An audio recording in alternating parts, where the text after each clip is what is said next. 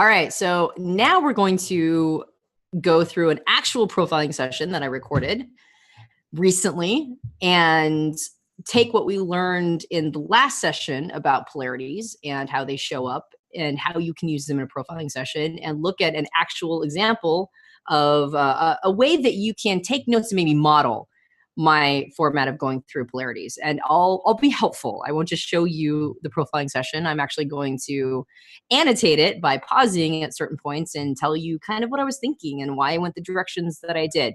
So what we're going to do is we're going to go ahead right into that video, and then we will see what we can glean from a profiling session from yours truly. All right, so let's get started. All right, would you be willing to introduce yourself? Just want me to say my name? Yeah. I'm Sarah. And tell me a little bit about yourself. I'm 26. I am a mom of a 2-year-old, and I have one on the way in October. I am a nanny. I take care of kids for a living, full time. I am also a photographer, creative. That's pretty much my life.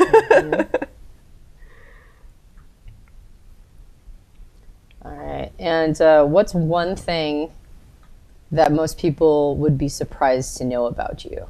My music taste. Oh, yeah? Yeah. I like a lot of hardcore rock and rap and music with cuss words and stuff, which is the exact opposite of the way that I speak and act. And present? Yes. Is it like an outlet for you? Yes. Yeah. It's my anger outlet usually. I think everybody needs one. If I'm angry, I listen to like Eminem and sing along to it, and then I feel better. Yeah. All right, cool. Well, the way this is going to work is I'm going to ask you a series of questions that are designed to get to how your mind is wired to take in information and to make decisions based on that information. Okay. And because that's just how your mind is wired and that's how you're seeing all of reality, the parts of your mind I'm looking for, you don't necessarily have language for. Okay. Right? Because it's like a fish in water. Yep. Like if you asked a fish to describe water, where would they even begin? Right? Yep. And so the questions I'll ask, I call them side door questions, meaning that I'm trying to get to how your mind is wired by not directly asking, how is your mind wired? Yeah. So some of the questions might seem odd, or maybe you'll have to take a minute to think about them because you haven't ever been asked it before. Okay. You might have ready answers for some, and others might be confusing. So basically, whatever you say is the right answer. Okay. Including so if you're no wrong answer. There's no wrong answers. I like right? this. Yeah, right? And that includes if you're confused by something, please feel free to go, I don't understand the question. Okay. We sometimes say that type is wrapped into the confusion. So what we're confused about can sometimes be an arrow into how our minds are wired, right? That makes sense? All right.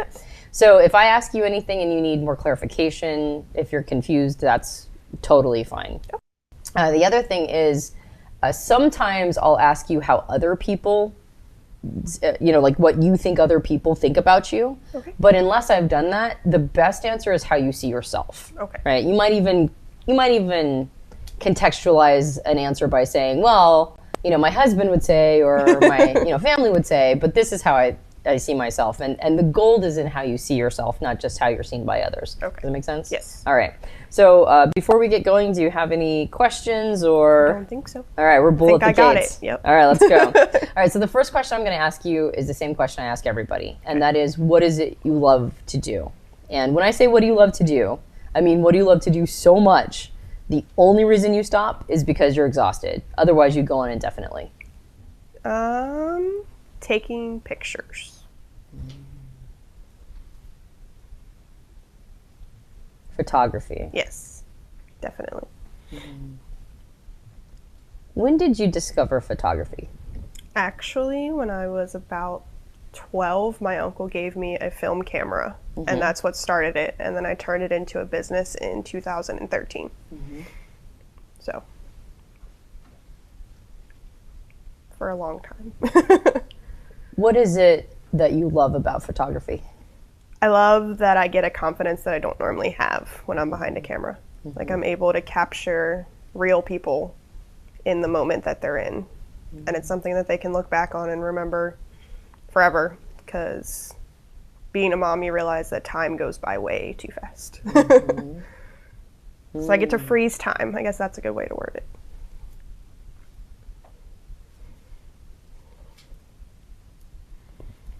So you do mostly like portraits, yes. or okay. I prefer couples and kids.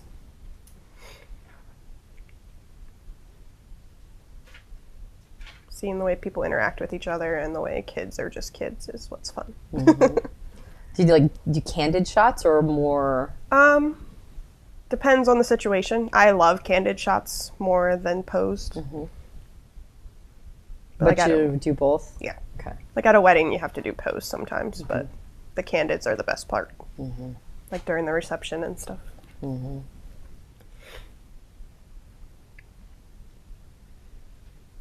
So, so that when you mention that it helps you capture real people. Yes. And time goes by too fast. And I you didn't say this, but this is what I wrote down. It gives them the gift of being able to sort of freeze a moment. Yeah. Is that an accurate reinterpretation? Yeah, definitely.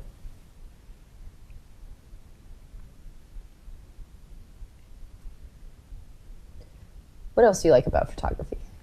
That it's creative. Like, it doesn't have to be the same for everybody. Like, the way I take pictures is different from the way a friend of mine would take pictures, or what I see out of like an empty field is something that somebody else might not see. That kind of thing. So it gives you a way to express your point of view. Yes. It's not cookie cutter. Like, I don't have to do it a certain way. There's not someone telling me it's right or wrong.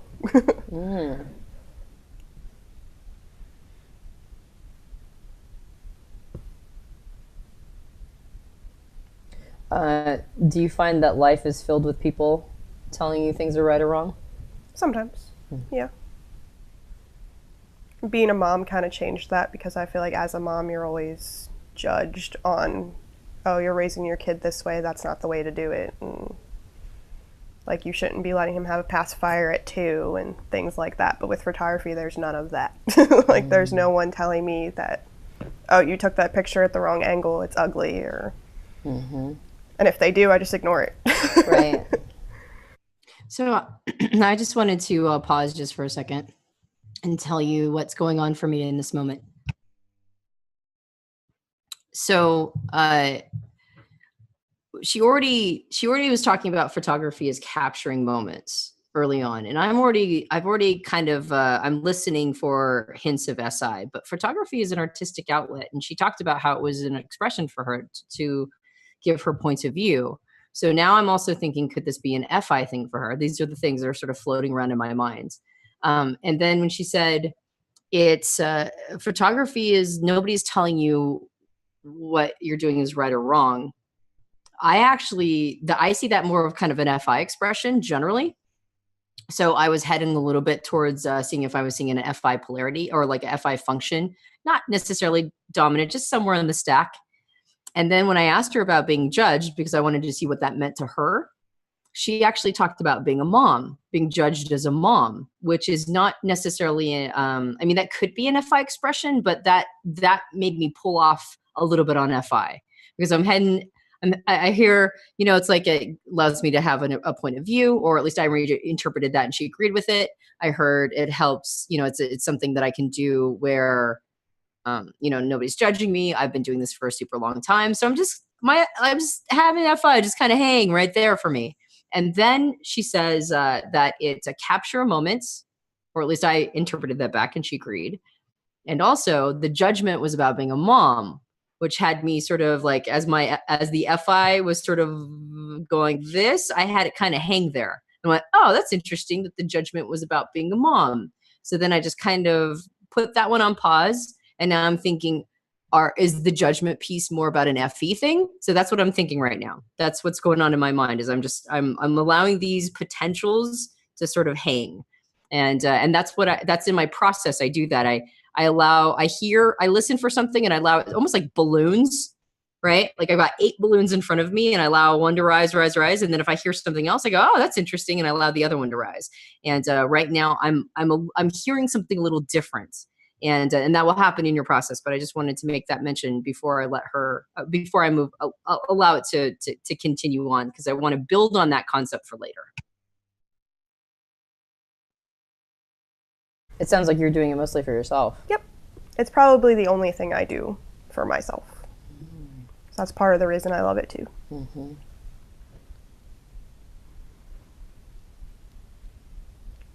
And that Effie balloon. Is there anything else you can think about photography that really strikes you, or do you feel that's complete? I feel like that's probably the main things.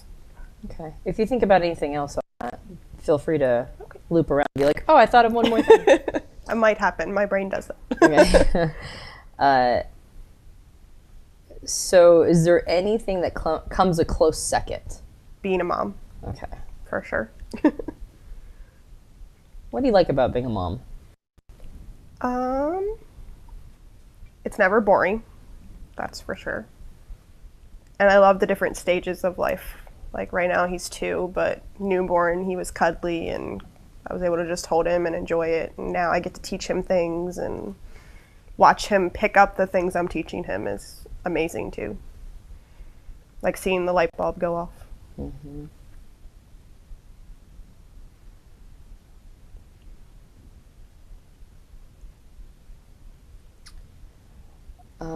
Do you ever feel like being a mom is overwhelming? Yes, definitely. What are the elements of motherhood that overwhelm you personally? And if that's too personal a question. No, that's not. Okay. I would say the first thing being that there's always someone needing something from you. Like you don't get to put yourself first anymore. You have to put that little human first. Mm-hmm. And the exhaustion is overwhelming sometimes because a 2-year-old doesn't understand that you need more sleep or to just lay there while you sleep. Once they're awake, they're awake. Mm-hmm. And like I said before, the pressure of other people is overwhelming sometimes because there's always someone who thinks they can do it better than you, but really nobody knows your child better than you do. Mm-hmm. Even if people think they do.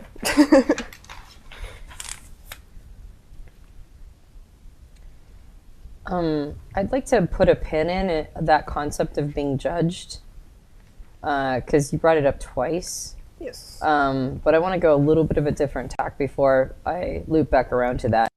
You mentioned that being a mom is never boring, and that you get to watch the stages of life. That stages of life comment kind of made me think about why you like photography. Mm-hmm. Like they definitely go hand in hand. Right? Like being able to capture them and record them as you go. Yeah. All right. And then the concept of things never, like being a mom is never boring. Do you find that you get bored easily? Actually, before being a mom, I was bored very easily. Okay. Like I couldn't just sit on the couch and chill out. I would get immensely bored extremely fast unless I was doing something creatively or something along those lines. But once I had a kid, the boring feeling has not happened in the last 2 years. Mm-hmm. So, like, there's always something to be doing. So, you were anxious to do creative things? Yes. Ever since I was little, actually. I just want to make a note right here that she talks about how before she had a kid, she couldn't just sit around. She'd get really bored. And she couldn't just like sit on the couch and watch TV unless she was doing something creative while she was doing it. I just want to tag this because it's becomes relevant later in the session. What about just being industrious? Like, was it like, did you always feel pulled to do creative things, or was it just like things just need to get done and there's like a list and I gotta mark stuff off? Sometimes it goes like that. It all depends on the day, I think. Like there's days where I could clean my whole house and have the energy to do so and feel like, oh, this needs to be done, so I'm going to do it. Mm-hmm. Then other days I'd rather just draw or color or take pictures. Mm-hmm. So it all depends on my mood, I guess. I find when I'm more stressed out, I'd rather do the creative things. But when I'm not as stressed, I'm okay with doing the everyday life stuff. Mm-hmm. That was a huge clue for me. When I'm stressed, I need to be creative. When I'm not, I'm okay with doing the everyday stuff. That was if you see my eyebrows, I'm going, right? Like I just got a nugget. So now I'm shifting just from balloons rising to polarity balloons rising. I'm like, that's a fascinating thing, especially with her relationship with photography and her relationship with boredom. I just thought that was super interesting. So I tagged that one. And I'm not going to tell you exactly which direction I'm going, but you might be able to infer it. But when I'm stressed, creative. When I'm not, mundane life. If that makes sense. So there's a direct correlation with how stressed you are and how much does it sound like you need a creative outlet when you're stressed? Definitely. It's like that's your pressure valve? Yes. Okay. It's probably definitely what keeps me being able to do the things I do every day. Okay. So you turned photography into a business. I did. Okay. So you don't see that there's any, there's no contradiction between having a creative outlet and also being able to make a living off of it. You know how like there's sometimes that artist ideal of like, you know, well, if I get paid for it, it's no longer pure. I've come to find that depending on the subject or the person, that it can be like it takes away the creative outlet of it. Like it becomes more of a job and less of a fun thing. But usually the creative outlet part comes from just taking my son outside and taking pictures of him or my dog or the kids I babysit. Like those are the more creative thing. The job part I kind of separate as I'm good at this, so I'm going to turn it into a career, but I'm still going to be creative with it with my family and my friends. Does the idea of being able to fully subsidize your life with photography, like having that be your primary business, does that sound attractive to you? It used to, up until recently when I became a mom, because I realized that there are people out there that don't understand that your kid comes first. And that makes it stressful when you take pictures of a wedding and you have a bride constantly down your back wondering where her pictures are, whether it's a week or 2 months or things like that, or doesn't understand, oh, my son was in the hospital, I'm sorry I didn't get to your pictures. But in their mind, their picture should be number one. And that's where I've kind of realized that I enjoy it more as like a weekend job than a full-time career. Like it's good for extra money, but I don't know that I could do it for a living.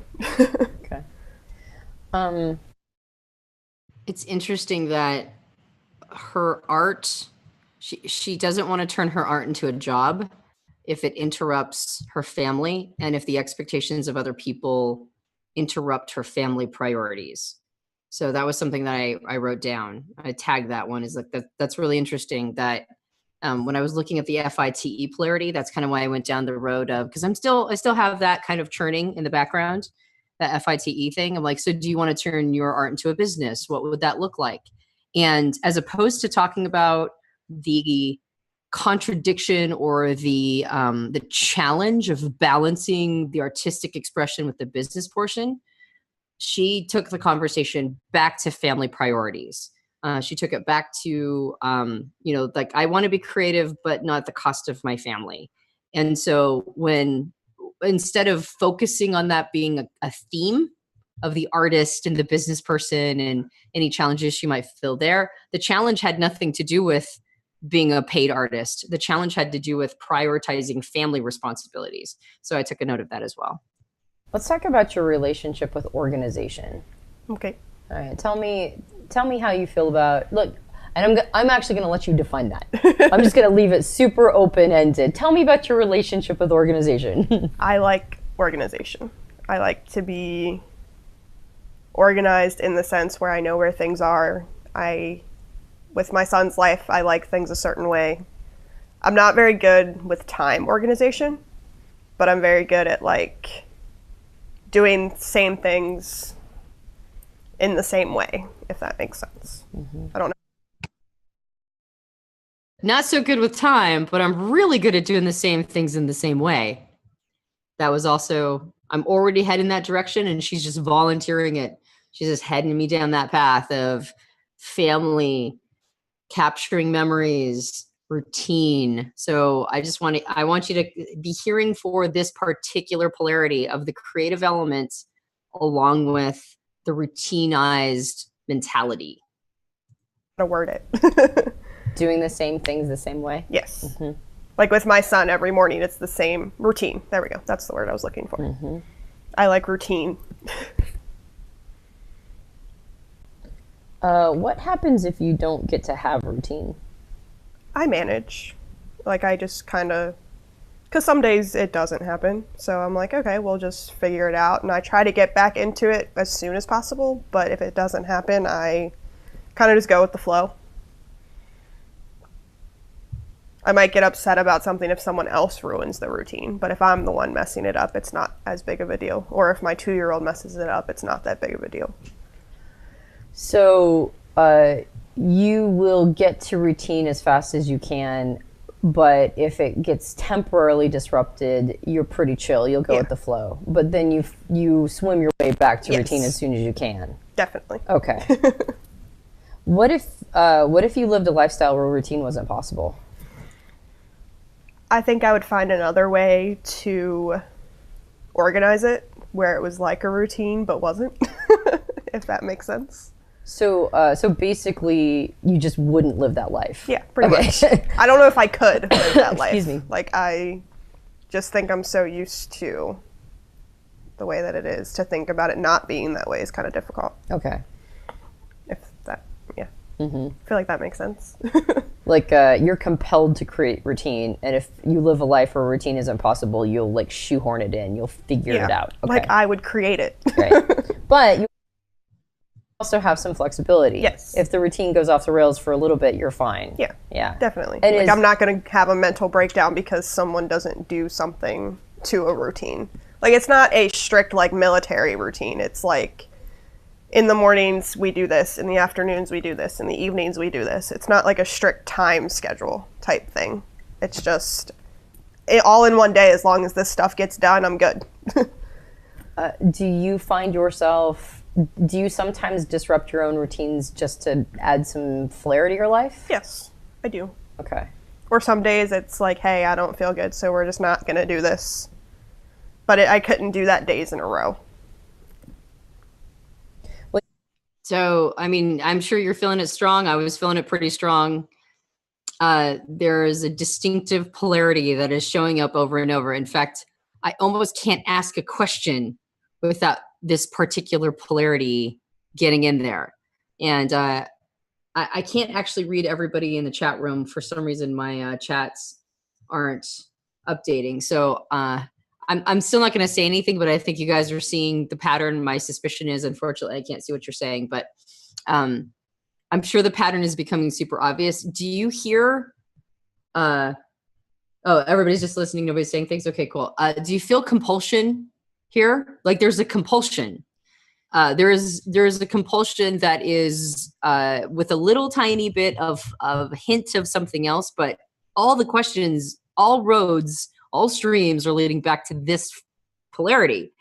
And so that's really fascinating. It's starting to make me believe that this is more of a dominant that I'm looking at here, as opposed to a auxiliary tertiary polarity that keeps showing up over and over again.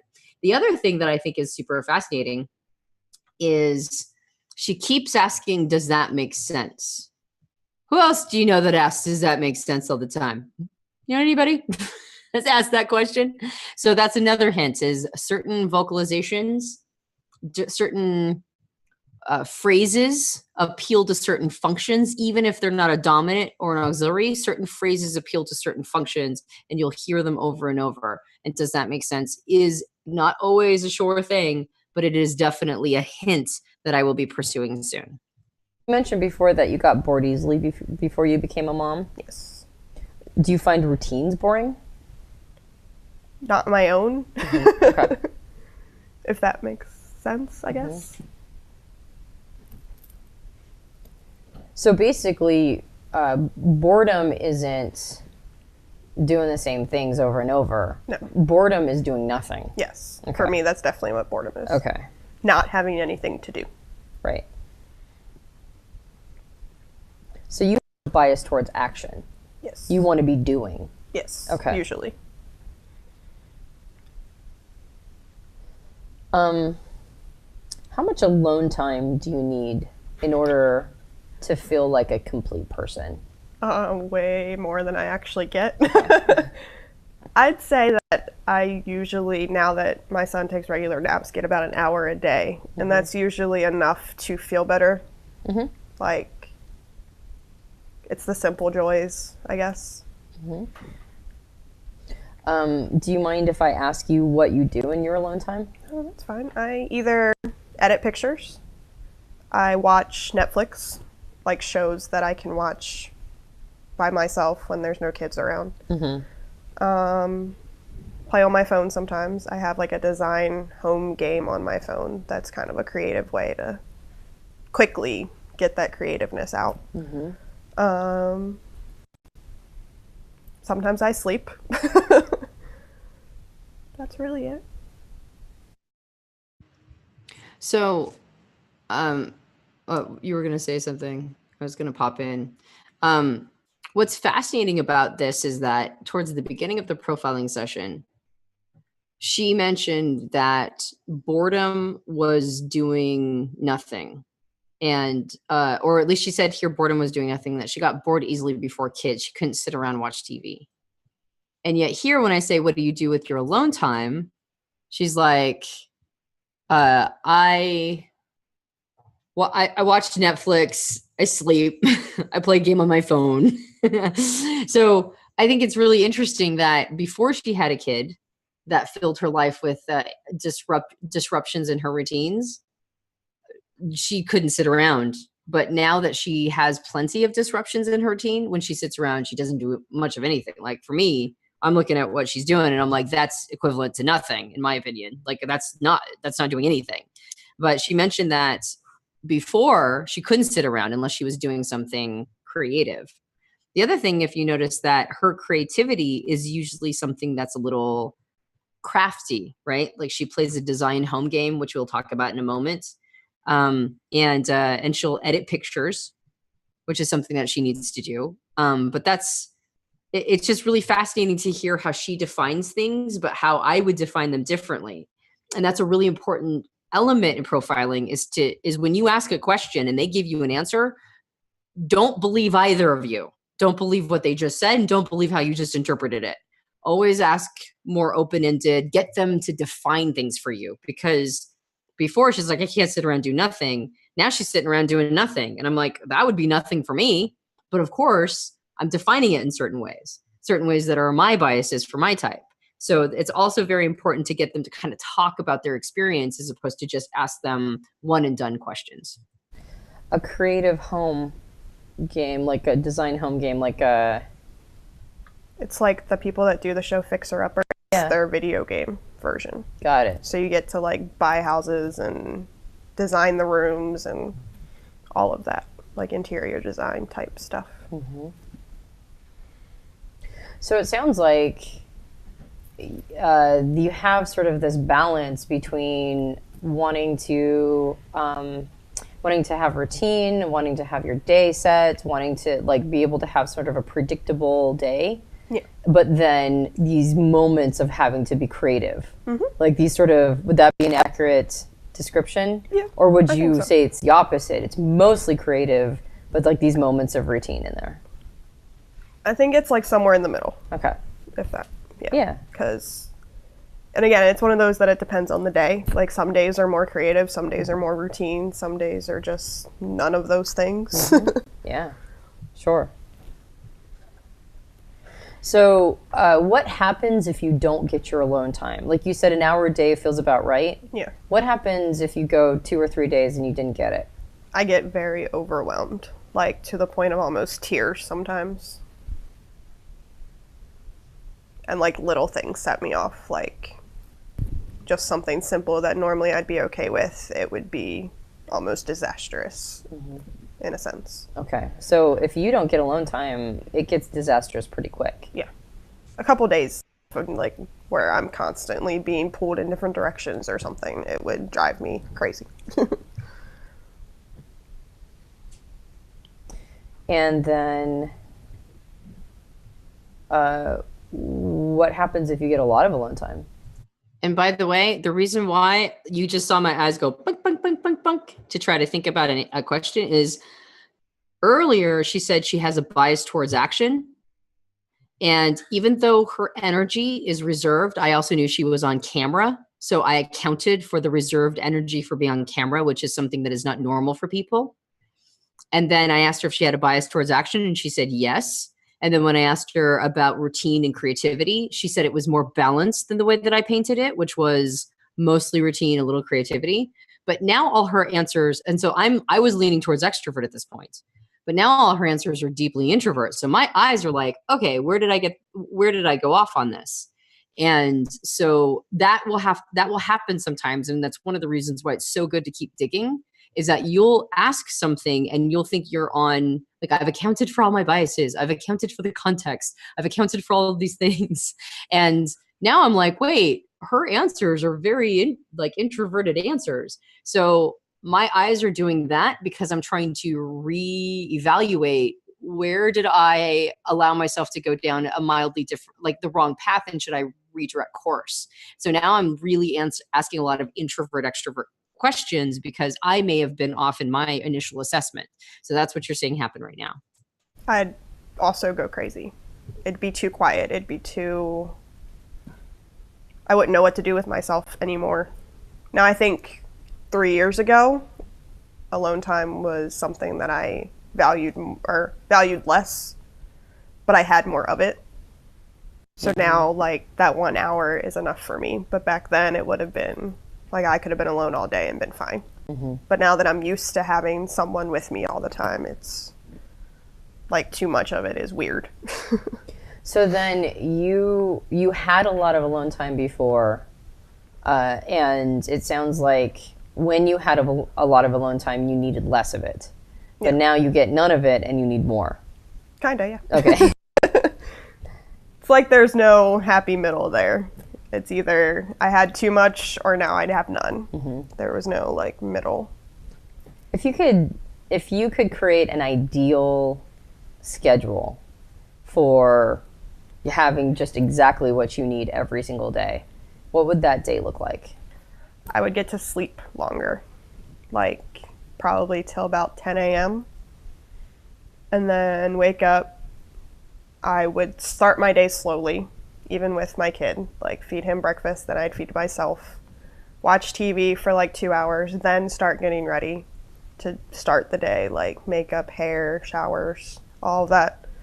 Get him dressed, then we'd go do whatever. He'd get his nap time around 1, 2-ish, and then somewhere in there would be lunch. Come home after his nap, he'd wake up, we'd play, teach him some stuff. Dinner time, watch some more TV, and then for him, I would send him to bed, and then I would do my, like, editing pictures and those kind of things, because I'm more productive at night. And I like to stay up late but sleep longer. So it sounds like you actually appreciate a slower pace of life. Yes. Do you feel like you have a relatively slower pace of life right now, or does it feel like your life moves too fast? Sometimes it moves too fast, and other times it's slower. Like the weeks where I work 2 14-hour days in a row with the other family that I nanny for are hectic, and those days are so fast-paced that the day after, don't want to do anything.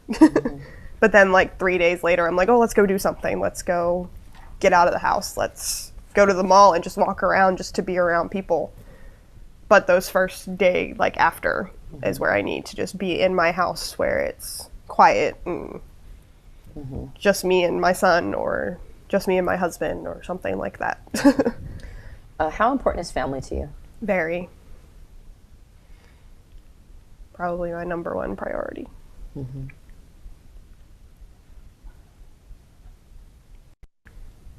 And is that your immediate family, or do you include your extended family in that? Some extended families included, some not. But even some of my friends are considered family, if that makes sense. Yeah, sure, the family you choose. Yep. And sometimes I'm closer to them than I am my actual family. Mm-hmm. Sure. There's a phrase I heard one time. It goes, you can tell a lot about a person from the family they come from. Yeah. Would you agree with that statement? Yes and no. Okay. I'm the black sheep of my family. So it's okay. very, people, if they don't understand my family when they come in, are going to be very confused. Okay. But then once they kind of get to know us, they realize that we always say we put the fun in dysfunctional, because we are very, what people would consider dysfunctional, but we function better than a normal functioning family. Like, we're not ideal. We're not the husband and wife with 2.5 kids and a white picket house, where our mom's been married 4 times, my dad's been married 5, and we got step siblings out the kazoo, but we don't consider them step. We're all this close-knit family that just works. Mm-hmm. So you said you were the black sheep of your family. Yes. What does that mean? I'm very different. My family's loud and out there and not afraid of what people think and not afraid to tell someone when they're doing something wrong. They will just be straight up with you. I'm very much the quiet, reserved, don't like conflict, would rather not argue with someone. Like, I will hold things in instead of arguing. There's a lot of gold asking how she's the black sheep, because in my mind, I define black sheep as a rebel. But she just defined a black sheep as somebody who's different from the rest of her family. Not like they were necessarily thinking ill of her. Because when I think of black sheep, I think of somebody who everybody else sees as a problem. But she just meant she's different. And then she talks about how they're loud and outspoken, and that she won't contradict anyone. She won't create conflict. And she goes on in that little bit, which is solid gold material, by the way. Like, just this whole family thing. And I was just like, okay, I got it. I'm good. I'm good on that polarity. I understand what's going on. Thanks for that polarity. But now moving on to a different polarity. The idea of not needing to make her art into her business was a bit of a clue. Does that make sense? Questioning over and over was a bit of a clue. But now she gets into some solid gold material that just nails down a polarity for me. Care a lot about the way other people feel. Like, my sisters are very, oh, well, this is how I feel and you're just going to have to deal with it. I adjust the way I feel to the way people around me are feeling. Mm-hmm. Beautiful, beautiful material. So when you say black sheep, you mean you're different. You don't necessarily mean you're judged harshly. No. Okay. I don't ever feel judged by them, just that I'm different than them. Yeah. And it's pointed out, they've always called me the sensitive one. Like, they never picked on me because I would cry, or I never had the backbone that they did. Like, they always had to protect me instead of me being the protector. Even my little sister has always been more protective of me than I've been of her. Just because she's always thought that I was soft-spoken and sensitive. And actually, up until a couple years ago, they still thought that. So that was an interesting statement you made. I adjust how I feel to how others are feeling. Yes. Can you just kind of talk a little bit more about that? Feel free to write down specific phrases they use that are of note to you.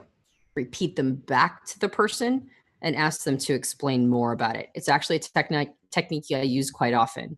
I take exactly what they said, feed it back, let them flay it out.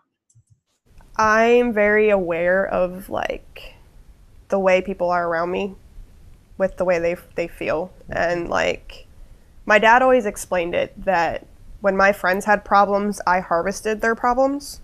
So even if my life was absolutely perfect, I would think it wasn't, because I was so upset for the way my friend was feeling about their life.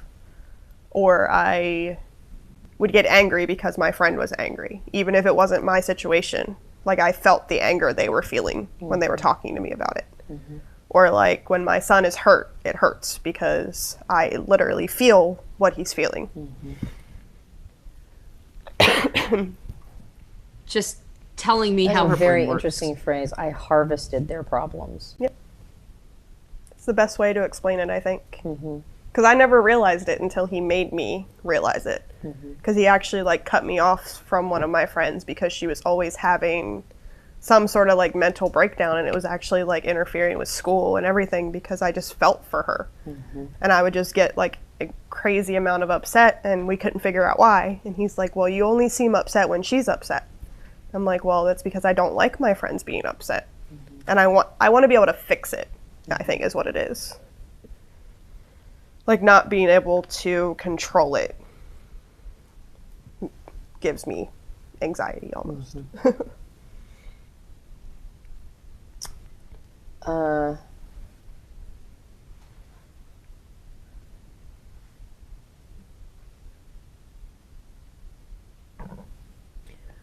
What's more enjoyable for you when you're thinking and ruminating on the past and experiences you've had and who you see yourself as? You know, like the sum total of who you are based on all your past experiences, or when you're ruminating about the future and projecting on the kind of person you can become and what different paths you might take? The future. That's more enjoyable? Yeah.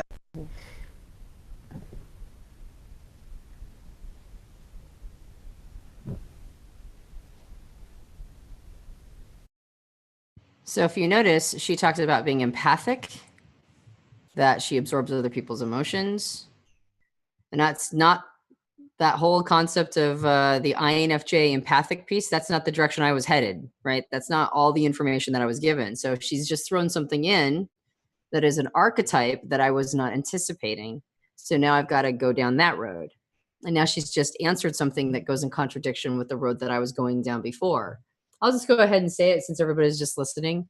I'm heading down an SINE polarity road pretty hardcore. That seems to just be coming up over and over and over. But now she's answering questions that sound more NI to me. So now I'm going to head down that road and see if there's a discrepancy, or if this is not a discrepancy and the SI road I was heading down was actually accurate.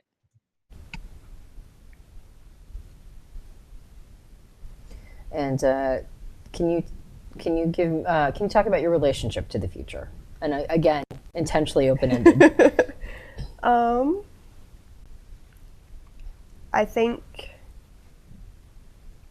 hold on, I gotta think about that one. It's exciting to me because I don't know what's gonna happen, but I know that it's gonna be better than things that have happened, and that anything that is thrown my way, I can overcome it. But I'm also excited to see like what my son will become and what the baby that I'm gonna have will become, and those kind of things. Like being a mom brings excitement to the future because not only is it my life that I get to watch unfold, but I get to watch these other two humans that I created unfold and know that I'm part of the reason they are who they are. And I think that's the most exciting part of it for me. Please feel no compunction to answer this if you don't want to, but did you not have a particularly pleasant past? It's had its moments. Okay.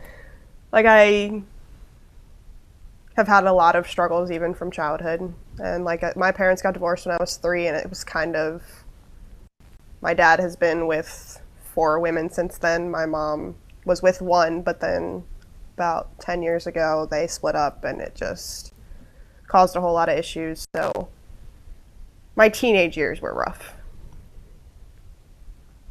but not as bad as some people have had it. So I've always considered it could be worse. So one of the things you like about thinking about the future is that you know it's still to be written, and since you didn't have a particularly pleasant past, then the future is nice because anything can happen. Yeah. And I feel more in control of it now that I'm an adult. Like I can't change anything that has happened, but I can control, or at least have some control over what can happen. So even though that maybe sounded a bit NI about I like to think about the future, I mean, she just basically hinted at what I would call the Serenity Prayer. I have to accept what has happened. I can't do anything about that, but I can change what I can change, and the future represents change. So I'm still tagging NI because I had a little bit of hints there, and you're always going to have some hints about those kinds of things. And if you get hints, You want to follow them. You want to see if maybe you just were not seeing something before and you're misinterpreting everything before. So keep looking at those hints. But if there is a reasonable explanation for why the original road you were going down makes sense, even in light of these new hints, then it's reasonable to go, okay, there might be an alternative explanation for why this other function's popped up a little bit, or implications of this other function. Keep looking at them, but in a sense, like sometimes what sounds like one function is actually the integration of a different polarity. And that's actually what ends up happening, is that it's the combination of the polarity that makes it appear to be a different function, like individual function. So if you can explain it with the polarity, then it's reasonable to keep going down that road. But still there's hints in my mind. So I'm going to keep going down just to make sure that I didn't see NI, but NI was there. And when you think about the future and you've got that kind of anything can happen mentality, do you run simulations of the different ways it can pan out? Or is it just like sort of a general feeling of like, it's just open, it's just... I think I run simulations of it. Mm-hmm. Like, oh, it could go this way, it could go this way. What if I did this? This could go this direction type thing. Mm-hmm.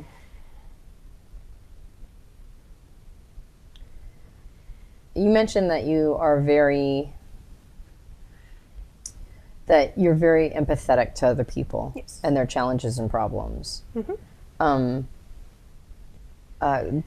Can you kind of describe how that works for you? Like, I mean, I know that that's very open-ended. Yes. Like, what do you mean? Do you just find yourself in situations where all of a sudden you're feeling for a person and it's overwhelming to you? Or do you find yourself like going, man, if I was in that person's position, I'd be feeling this way? Or like, what does it look like?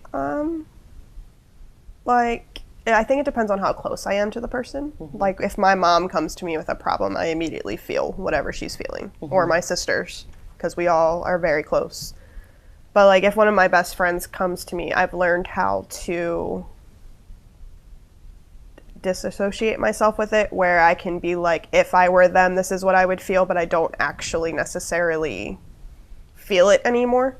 I kind of like will tell them, oh, I would be so angry, but I don't actually feel the anger that I'm telling them I would feel unless I watch it happen. Mm-hmm. Like, if they're just coming to me and venting to me, it's different. But if I see it happen, I'm going to feel the anger that they're feeling, or be upset with them. Yeah. Or excited with them. Not just the bad stuff, but the good stuff too. So you mentioned there's a correlation between like how close they are to you. Mm-hmm. Would you say that the more familiar you are with the person and who they are, the more likely you are to absorb their feelings? So has this ever happened with strangers before? Not really. I mean, I worked in a grocery store for about a year and a half, mm-hmm. and I could easily pick up what people were feeling, but it wouldn't affect the way that I was doing things unless they directly like yelled at me or like said something to me. But I could pick up like, oh, that person's upset today, or mm-hmm. that person's really happy today, or that kind of thing. Yeah, you could sort of see, like, you could read their body language, kind of see what's going on for them. But as far as absorbing, there's almost like well, go ahead and say what you're going to say. I don't want to cut you off. No, I was just going to say that unless they directly like pushed it onto me, mm-hmm. I didn't absorb it, and like just from them being there. Right. Like, unless they were blasting in your direction. By the same token, when you are familiar with the person, sort of familiar with their history, familiar with how they operate and how this is going to impact them. Yeah. It's almost like the more you know them, the more you know how they're impacted. Yes. And then you absorb it because you can really sympathize at that point. Is that accurate? Yes, definitely. Because I can, like with my mom, I know what path it's going to take her down.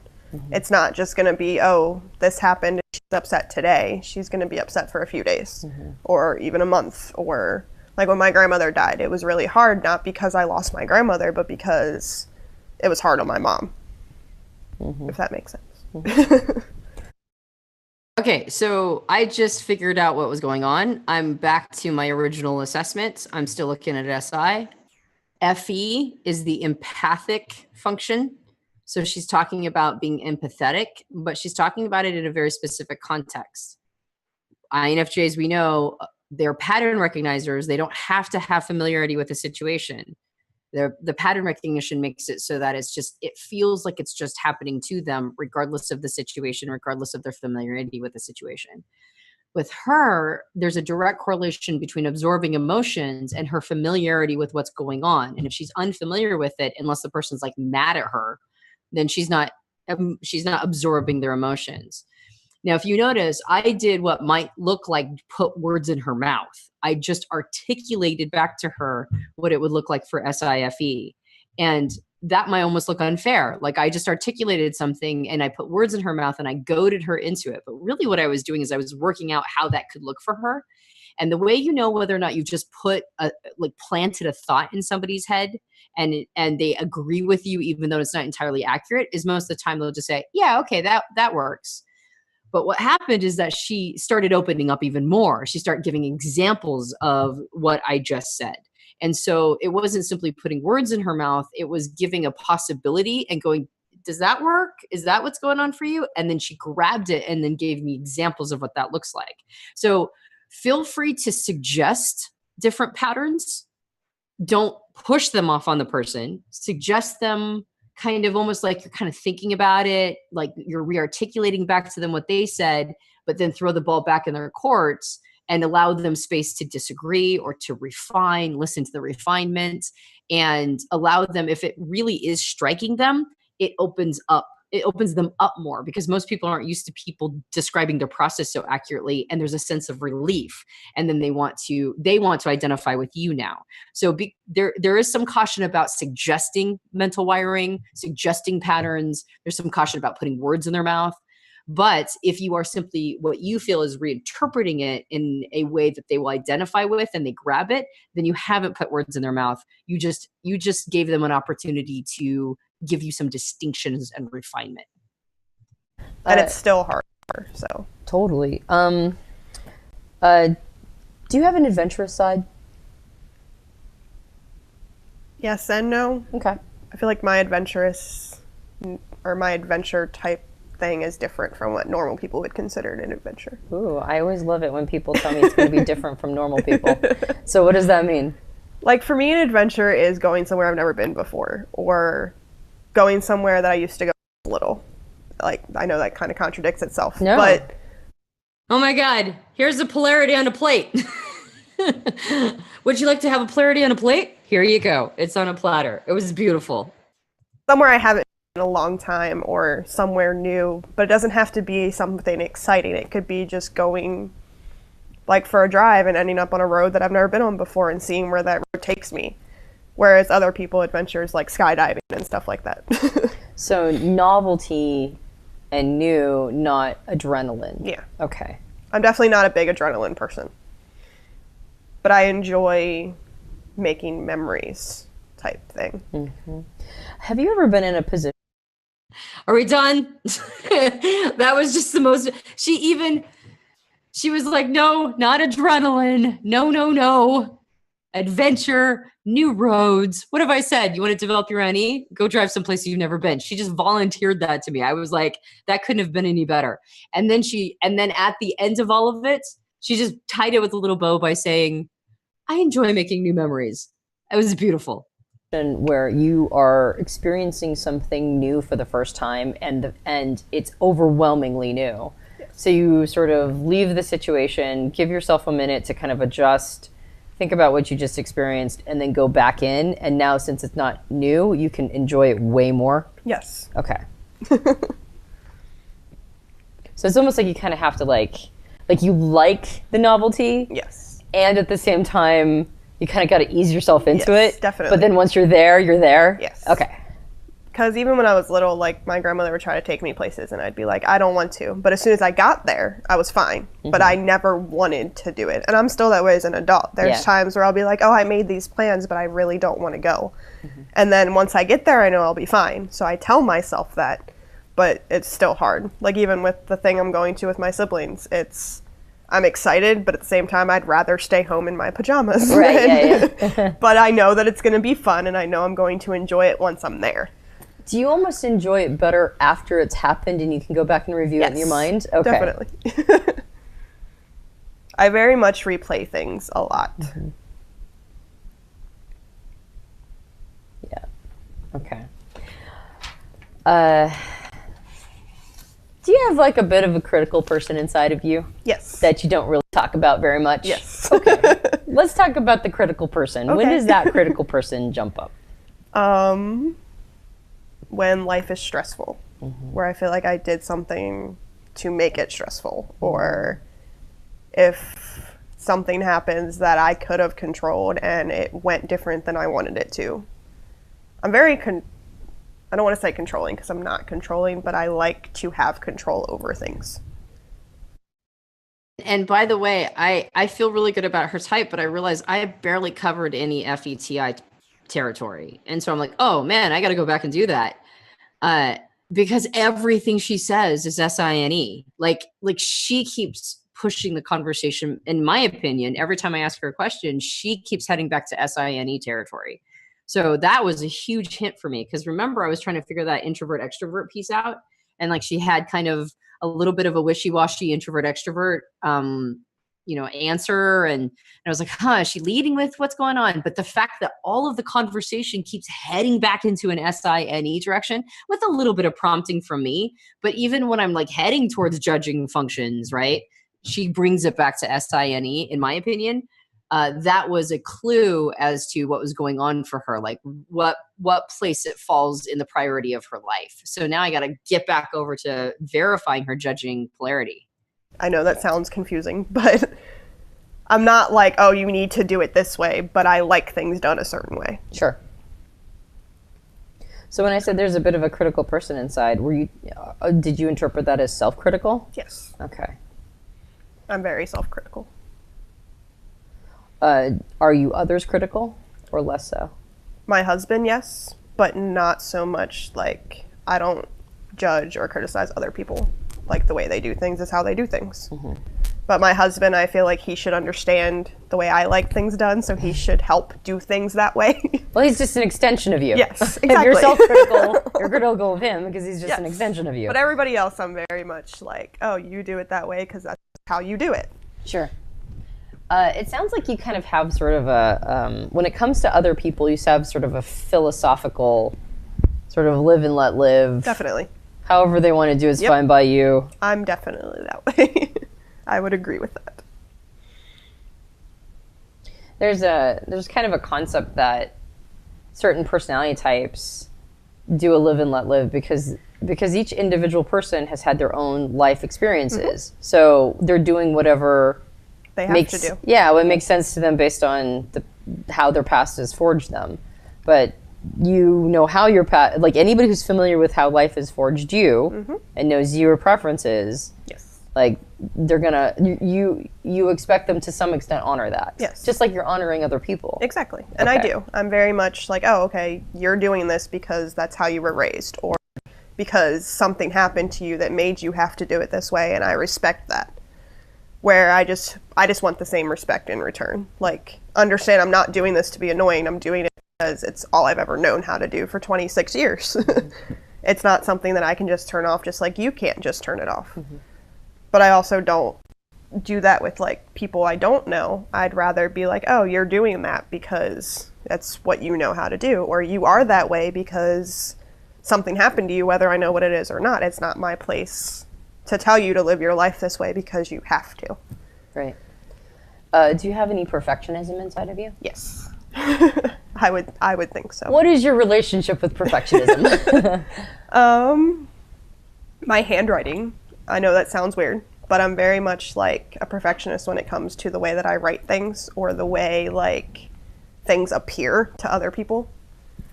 Like the way my house looks, or like when I hang something up, it can't be crooked. And even if I walk into someone else's house and something's crooked, I have to fix it immediately.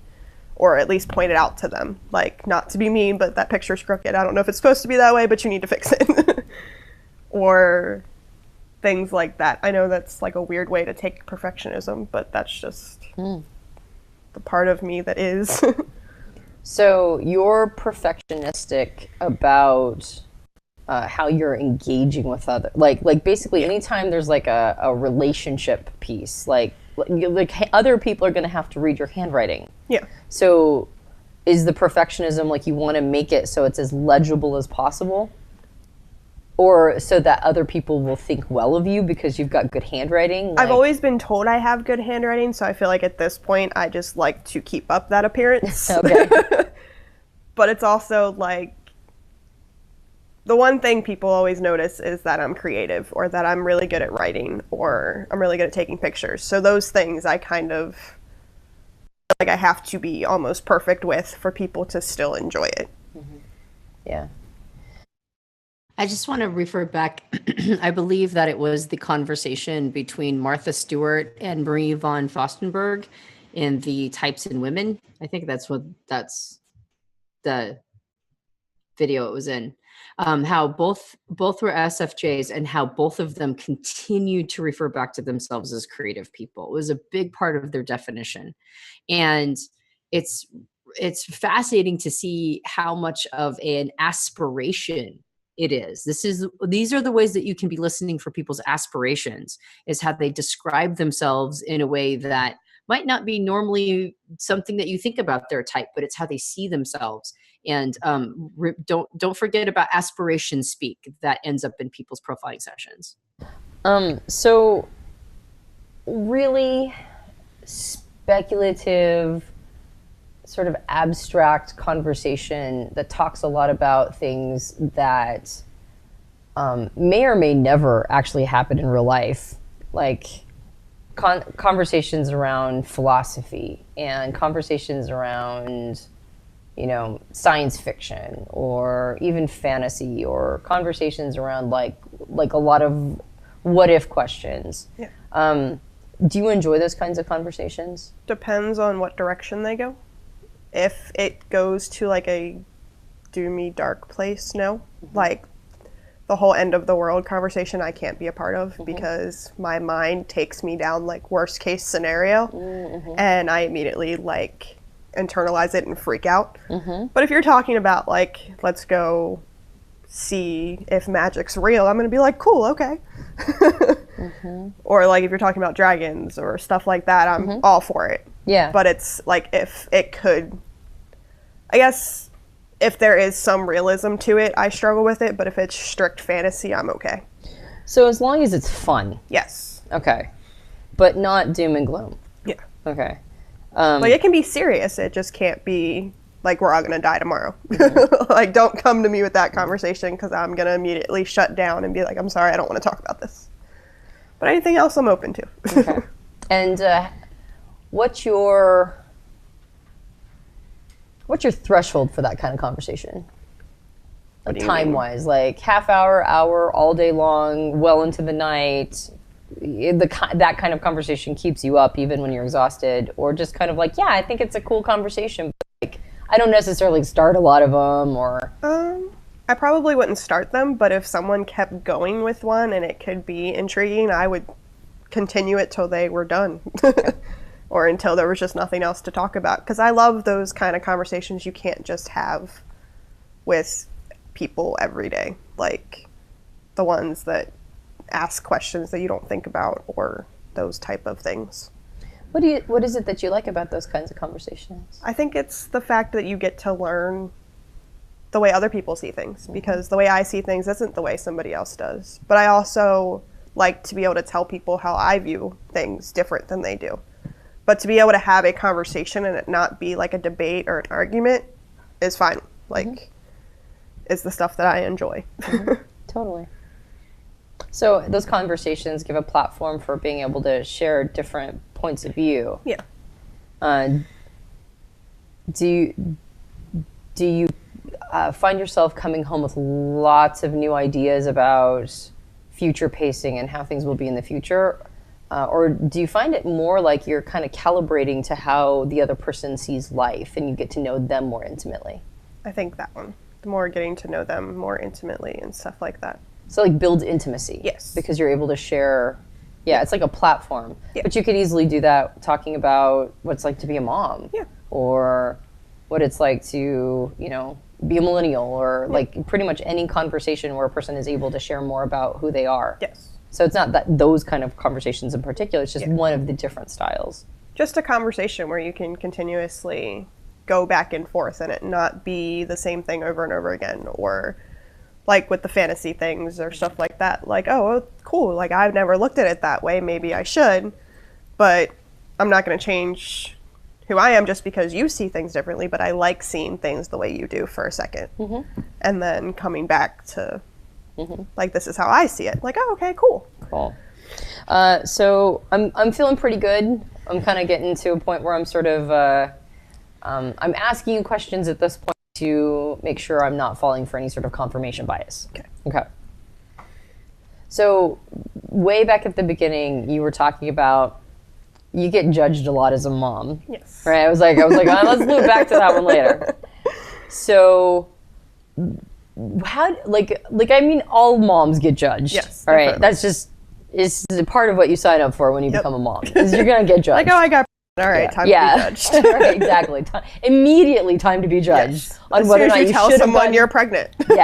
Should you have gotten pregnant? Should you not have? Yep. How are you dealing with your pregnancy? You shouldn't be eating that. Like, oh, you're going to go to the hospital instead of a home. Just from there on out. Yep, pretty much. Tell me how you have a tendency to deal with that kind of judgment. Depends on who it comes from. Like, if my mom's telling me something, I take it a little more to heart because she's been there. Or, like, if somebody who is a mom tells me something, I'm going to be like, okay, like, I get your point of view and maybe I'll consider it. But if it's something that I feel deep and strongly about, like I said, I know my kid better than anybody else does. Whether it's my mom, my dad, my siblings, he's mine. He came from me. I'm with him 24/7. I know what he needs. I know what he doesn't. So certain things I'm going to be like, okay, like, I hear you, but I'm not going to change what works for us. But then, like, when strangers do it, it's like, well, maybe it sounds weird because it's like, maybe I should consider that because if it's working for them, maybe it'll work for me. But unless it's something, I just, like, confused that.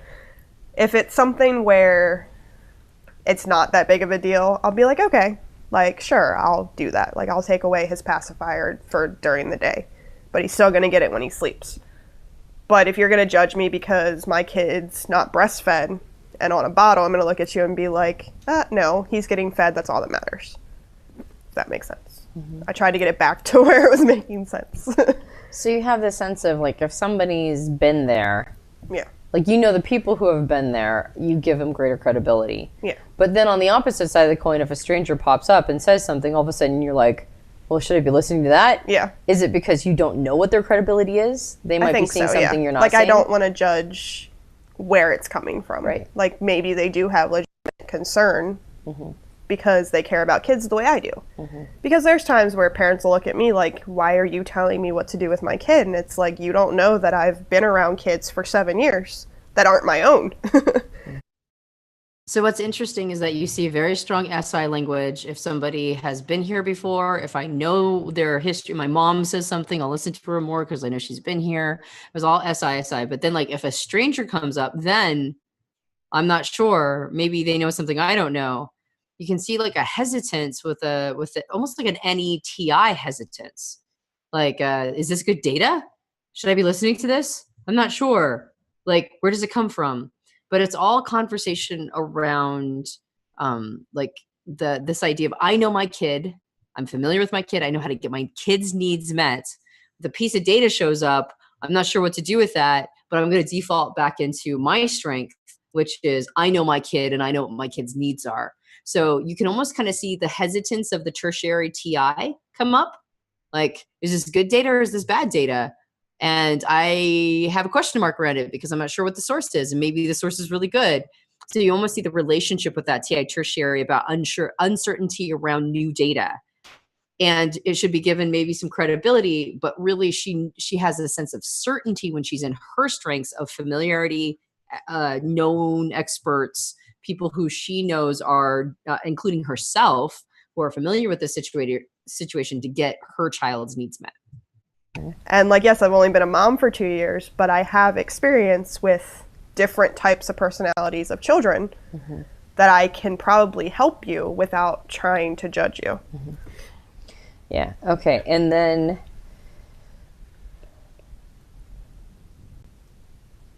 you mentioned that you're not that great with time. Yes. And I mean, I just have a piece of information about you. I know that you happen to schedule everything out on a day planner that you actually write down. I do. Which most people keep everything digital, but you actually... I have to write it. That's how I remember. And so you keep yourself time-wise accountable to a calendar, but it's not like you have time on your mind all the time. No. Okay. Like on a day where I don't have anything to do, I very much will just be like, okay. Like I try to keep my son, like his nap time the same, but his bedtime varies. I kind of go with his schedule on that. But when it comes to myself, I don't set a specific time schedule. I'm not one of those people, oh, I have to be there at this time, so I need to start getting ready at this time, and then I have to leave at this time. It's, oh, okay, I just know what I need to do and when I need to do it, and I just do it. Where my husband is very much, okay, we have to be here at this time. It takes this long to get there, so we have to start getting ready at this time, and we have to walk out the door at this time. And I'm like, you need to calm down. So it's like I don't stress about the actual time. Like if I'm 2 minutes late, I'm 2 minutes late. Like I have a 2-year-old who didn't want to put on his shoes. And I just kind of, but I also have anxiety about being early somewhere. Like I don't like to show up way too early when no one else is there. Right. Or if they're not expecting me to be early, I don't like to be. Right. Yeah. Like I'd rather walk in the door right on time or a little after when I know that there's going to be people there, or they know that I'm coming. Because being early potentially creates socially awkward situations. Yes. Okay. And that's worse. It's worse to be in a socially awkward situation than to have somebody think you don't have your shit together. Yes. Okay. Definitely for me anyway. Okay.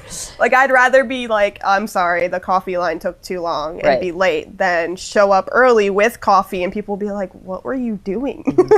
All right. So I have one more question. Okay. Before I feel complete. Okay.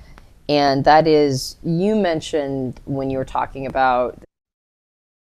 By the way, just a note, I'm not sure if you could tell, but I was verifying Effie because I felt so good about ISFJ at this point. I just didn't even have a question. I felt very good about ISFJ, but I just really wanted to make sure that I wasn't seeing some TEFI polarity in there somewhere, even though there was nothing she said that made me think that.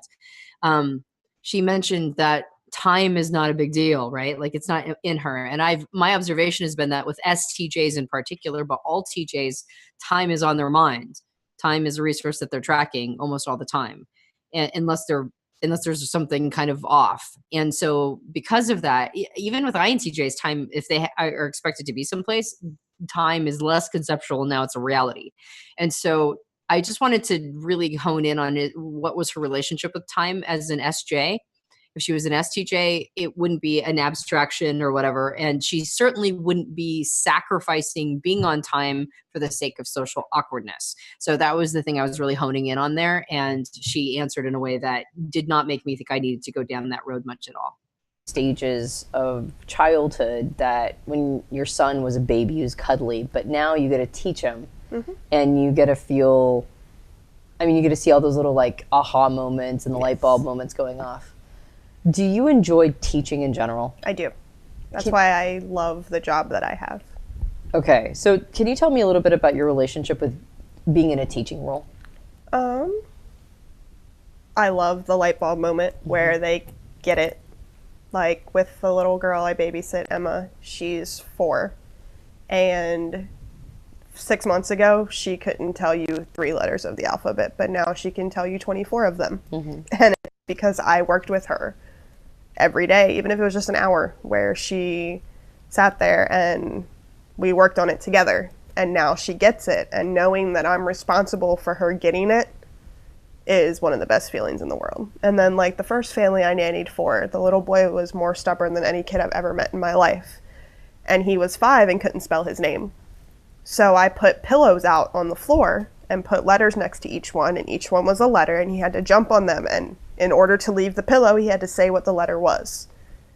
And eventually he was able to spell his name. And then we worked on writing it, and he was able to do that.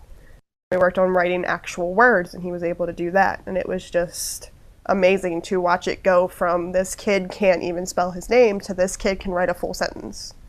So like seeing the process is one of my favorite things.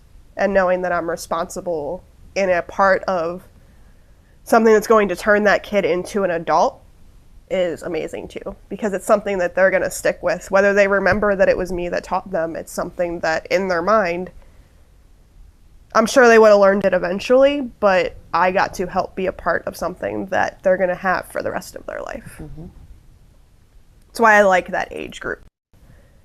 Because I don't want to be a math teacher where the kid's like, I'm not going to ever use this, because it's true. You really don't, unless you have like a job where you need math. But you always need to know how to read and write. And you need to know your colors, and you need to know those things.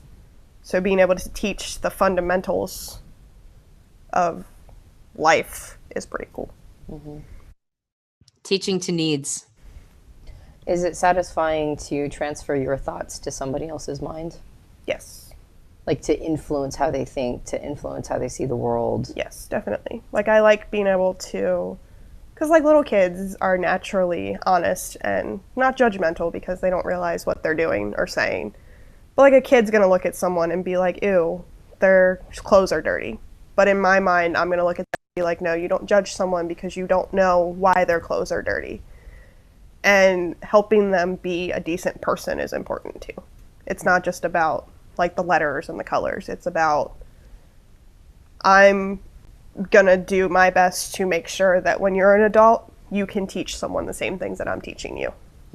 Like, especially with my own kids, that's my goal. Is for them to just be a decent person to everybody, not just people they know, not just their friends. Like, I don't want to raise a bully. So Kindness and continuity language just coming out of her. And that's this is all part of the conversation about teaching. Teaching equates into kindness and continuity. teaching people, even if it's just teaching them their letters, is actually a way to sort of connect with another, how another person is thinking, and teach them to be a more generous person. Even though, I mean, it starts with just the letters, but you build credibility when you're teaching people or little kids, and then they start to trust how you think. And then now you're able to teach them more important lessons in life, like, you know, like compassion and like manners and that kind of stuff. Right. Right. Did I repeat back basically what you were trying to say? Yeah, okay. definitely. All right. I didn't want to misrepresent it. Okay. That's definitely how that's why I love doing it. Right. And I think that's why I love being a mom and feel like I've always wanted to be, because I get 24/7 to teach a kid to be a good person in life and to teach them the things they need to know in life, not just go somewhere, spend a couple hours with a kid and go home. Like, he's a part of me and is a representation of me more so than some kid that I babysat for 3 years. Mm-hmm. Yep. So it's kind of cool to experience it both ways. Yep, absolutely. All right, cool. I think I know your type. Okay. All right, you ready to hear it? Yes. All right, cool. Okay, so I know that was a long amount of time because it was an hour-long session, and then I annotated it so it was a little bit longer.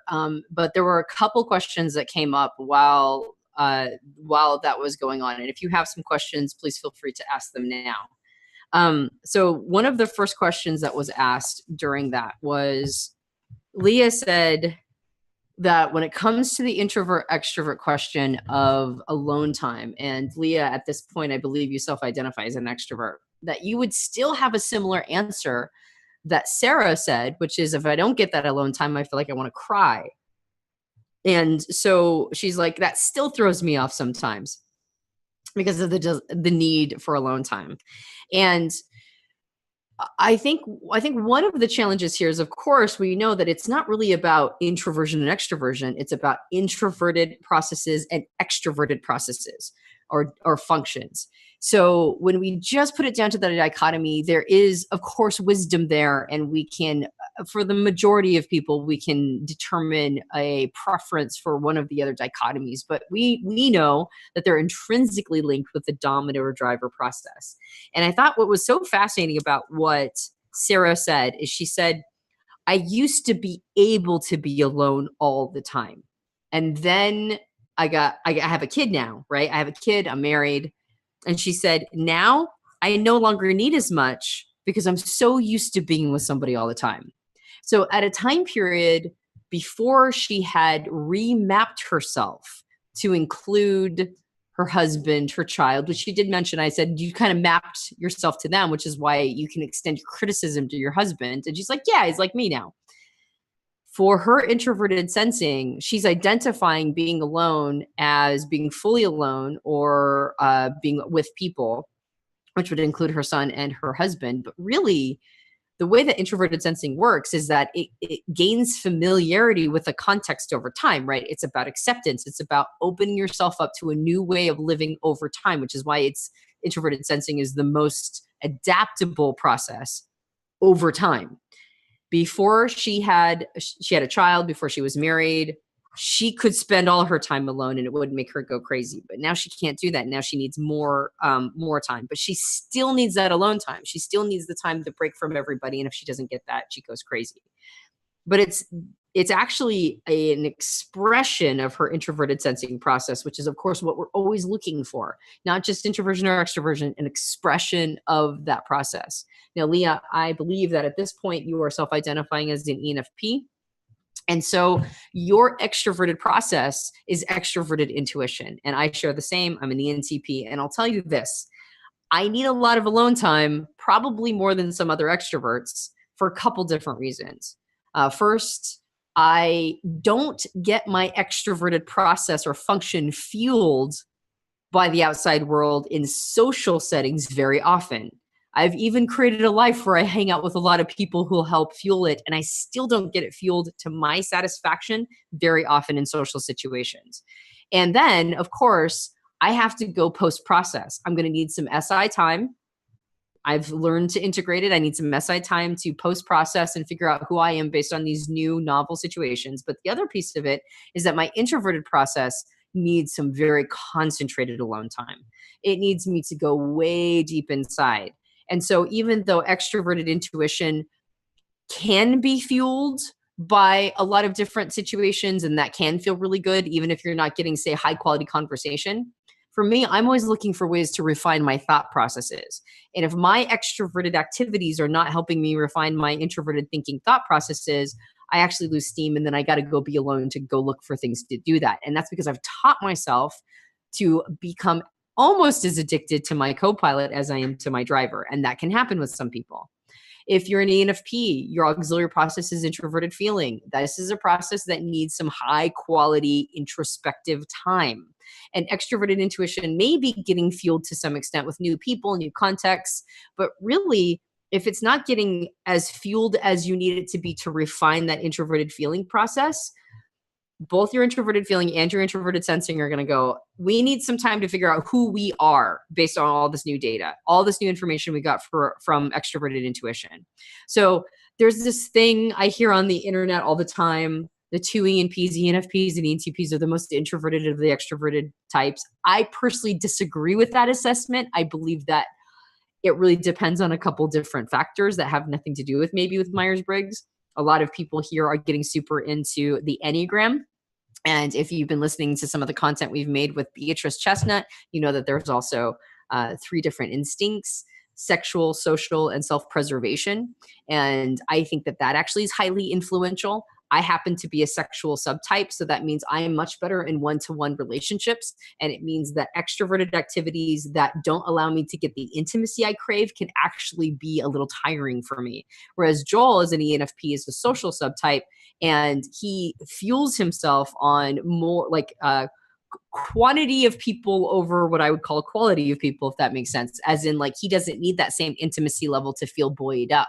So he's an ENFP, I'm an ENCP. I actually tend to look more introverted than him because of my Enneagram subtype, which is an influence, not something we're learning in profiler training necessarily, but it is going to influence some of this.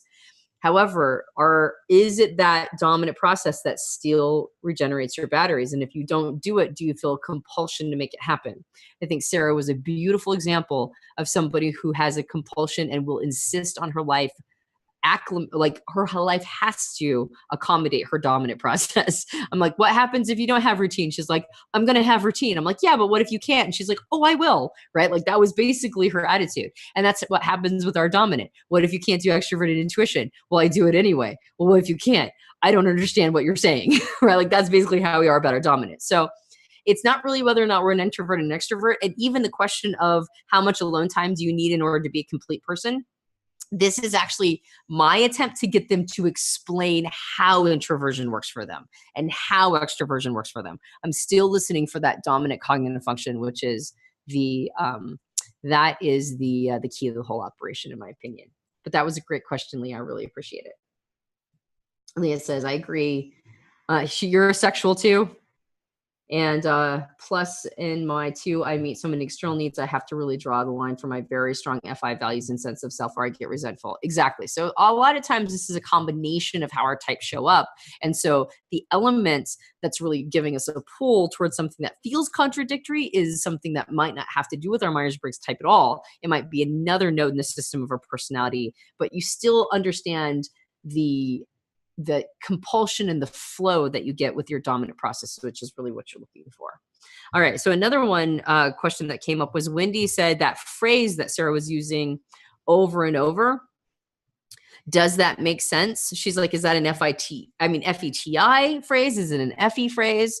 What about that phrase she keeps using? Does that make sense? And Wendy said she uses that phrase. I don't know if you said ad nauseum, but yeah. And then Jamie said, well, she thinks it's actually like the polarity phrase, not just a FE phrase or a TI phrase. It's a polarity phrase because you're trying to meet the need of the other person, understanding your thought. Does that make sense? You're reaching out to the other person to ensure that the clarity of your information landed with them and it met their need of understanding your communication or language. And I completely agree with it. You're going to see that phrase jump up the most, I believe, with IFJs and ETPs, the ones who have a continual back and forth attempt of balance between FE and TI, or extroverted feeling and introverted thinking. You're going to see it most in those types. You're also going to see it in other types, of course, but that's where you're going to really hear it pop up over and over. And Wendy said, do we have a list of these money sentences, like these phrases that certain types use over and over? I have been admittedly resistant to making that list because I think early on in the profiling process, we over-rely on those kinds of things. Does that make sense is a phrase that everybody can use. And what if you're SI primary or like an ISTJ and you grew up with the mom or dad saying it all the time and now it's just a part of how you think, right? That can happen too. So I've been a little resistant to create those lists because I don't want us to over rely on them, but I want you to be listening for them and seeing these patterns show up. And I will in some of the sessions mention them. Now, if we do want to create a list, if we want to crowdsource a list, we certainly can. I just want to caution everybody not to over rely on those lists because they're not silver bullets. We don't want to create any silver bullets, but I don't think you guys will do that. So if we want to start crowdsourcing lists like that, I think that's a great idea. And maybe we can do that in Slack. And then if we get a good enough list, we can throw it up as a student resource in the back end of Customer Hub. All right. Kimberly says no lists. All right. And I think those were the questions that came up. If I missed anything, let me know. If you have any more, Melissa said, I'm interested in the concept of how people relate to time. Are TJs typically more aware because it's a resource? That's exactly it. Time is a resource. And it of all of the things one could argue, time is the only limited resource. If you think in terms of abundance of resource, like the universe provides an abundance of resource, but the one thing that we are slaves to and masters to in resource elements is time. So I would argue that it is the TJs, or at least people who use TE and have a strong relationship with their TE, are the ones that are the most in touch with time. Now, when extroverted thinking is married to an intuitive process, if the intuitive process, in particular with INTJs, is on a roll, right, outside of time and reality, just in its thing, that might be a time when a TJ has less of a connection with time. But once they're back in reality, once they're back in the world of non-conceptualizing intuitive thought, then they reconnect with that resource. They reconnect with their concept of time, and they usually are pretty pretty good and reliable about being on time. I think the types that are the most connected to time are ESTJs. ESTJs seem to have the most connection to it. And if I don't know if you have an ESTJ in your life, but I have ESTJs in my life that almost sound like they're walking calendars. They need to review what is on the calendar on a regular basis, in particular with their spouses and their children, to make sure everybody knows what's going on all of the time. And so ESTJs of the TJs are the most connected to time. INTJs are the least connected to time of the TJs, but all 4 of the TJ types are going to have a strong relationship with it, much stronger than anybody who's on the FETI polarity. All right. Let's see. Betsy said, Heather says, in case of this session, Sarah talked mostly about her SINE polarity, but it is her unconscious side processes. Any thoughts there? Yeah, it's not conscious for her. It's how she defines herself. And that's the important thing to remember. Remember when I said at some point, I've said it about 1 million times, so let me know if you've heard me say it. I feel like I say it all the time. When you ask somebody to describe themselves, they will unintentionally spend 80% of the time defining their driver dominant process, and it is not conscious for them. She didn't know that she kept talking about SI. She had no clue. That was just how she described herself. And then she didn't, of course, she also didn't know that she was talking about her NE aspiration a lot, but she just spent so much time talking about SI and then how NE has influenced and informed it. We didn't spend a lot of time talking about FETI because we didn't really need to. And also she kept pulling the conversation back to describing SI because SI is so much more in her awareness. So that is one thing you want to look for. You want to look for people who are just describing a process over and over and over again, and they don't even know they're doing it.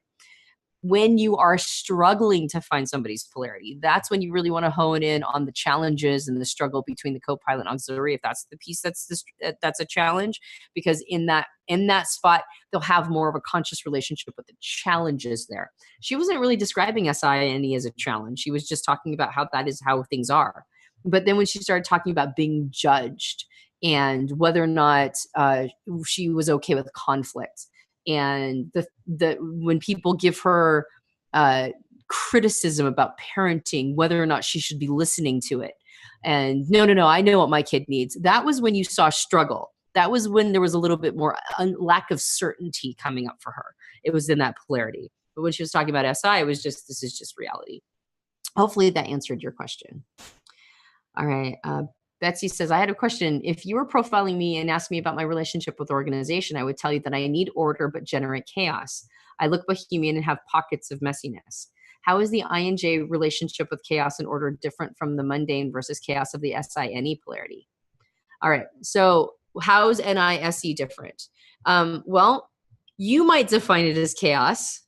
I have secret information about you, Betsy. I know you're married to an ENTJ. So I would not be surprised if part of the reason why you self-identify as chaotic is because of the personality type of your husband. But if I didn't know that in a profiling session, then I would be really looking for your definitions of chaos. But of course, I wouldn't just leave it there. If you were like, yeah, I like organization, but I tend to generate chaos, I would start asking questions about the SINE polarity, of course. And then if that was really not coming up for me and I started asking questions about NISE, my suspicion, and I've spent time around you, so I think I know the answer to this, is that you conversationally would be taking me over to NISE. And that's what you want the client, the profilee, the person you're consulting to do, is you want them to tell you what the more interesting polarity is. For Sarah, she was clearly the more interesting polarity was SINE for her because that's all she wanted to talk about. But Betsy, I would suspect, and in most profiling sessions, the client themselves is taking you to the area of interest for them. So it's never just one question. You use that question, you go down that line of reasoning, you see what they have to say about that, and then you let them jerk the wheel if that's not really that interesting to them. In fact, at one point, she made sure I knew it was an SE because I was like, so it's not adrenaline. She's like, no, it's not adrenaline. It's like a new situation. And as I went down that road, I probably would start talking about SINE in more specificity. And then I would let me know that that's not what's going on for you and give me evidence of NISE. All right. Heather says, it makes sense that she would keep going back to SI since it's her dominant function and is central to her life. But how do we reconcile that with how we should expect the unconscious, conscious nature of the functions to impact the way a profilee sounds in a session? Okay, you got that piece. Okay. Jamie said, chaos and INFJs. That's interesting. I would describe myself as messy, but not chaotic. Leah says, Betsy, my friend, feeling and observing and being with you, what you define as chaos in you, I feel with you is a different thing.